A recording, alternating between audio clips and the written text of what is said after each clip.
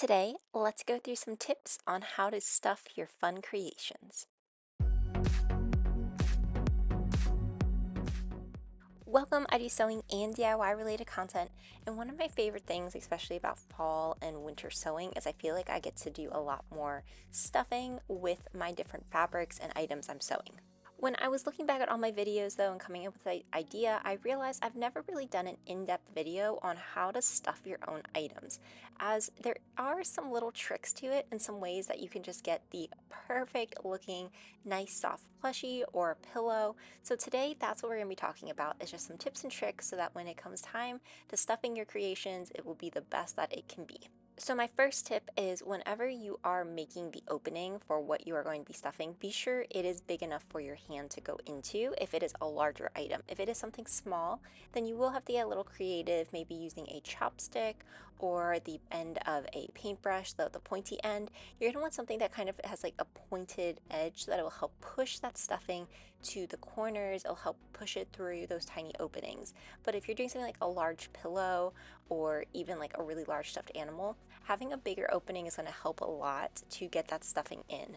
So while it may seem easier on the end to be able to just sew up a tiny hole, if you have the space for a bigger opening, you're definitely going to want to use that, as it's going to allow you to get more stuffing into whatever item you are filling up.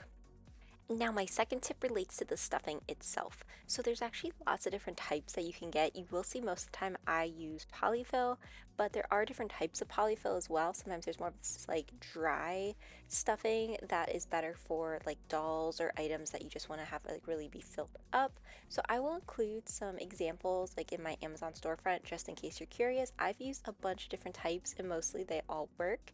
And then for tiny items, you could always use fabric scraps, and that's a really great way to use up your waste. So my third tip is when it comes time to actually doing that stuffing, there's kind of a right and wrong technique. So one technique would just be just like grab a big hand of stuffing and try to put it into whatever you are filling up. This can make it look lumpy though, and that's where you may have seen, especially like those DIY home projects, if you see somebody has like a lumpy pillow. But if you want a really nice, clean, smooth looking finish, my biggest suggestion is to do very tiny pieces and then you're gonna be pulling that stuffing apart. So when you do this technique of grabbing some, pull it apart, get little spots, and then fill it up slowly as you go, that's gonna make it much more smooth and it's gonna make it look like one nice continuous pillow that has no lumps or bumps, but just all filled up nicely. Now, in addition, I have seen some people will do like I'll fill up half of their pillow and then try to fill up the other half. This can also make it look lumpy, so I'd highly recommend, starting in the corners for a project if it has corners, and then very carefully taking your time and just filling up the rest.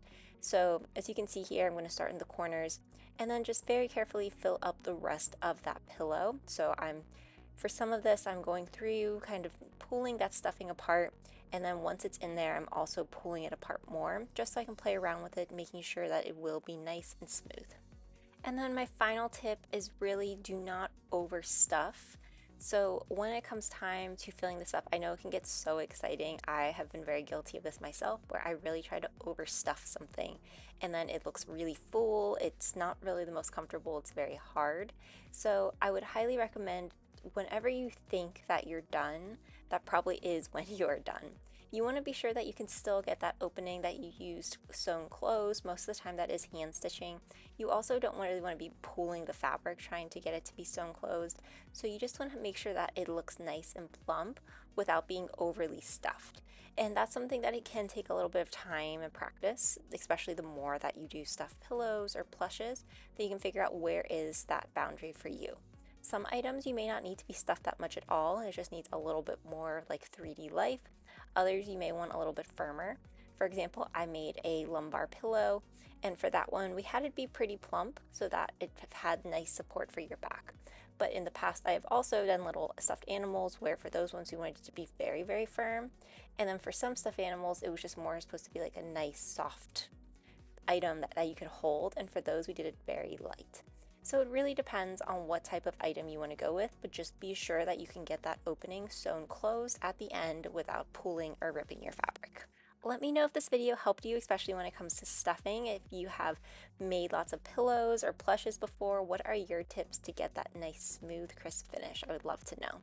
If you enjoyed this video, be sure to like, comment, and subscribe, and let me know what you want to see next. Thanks for watching.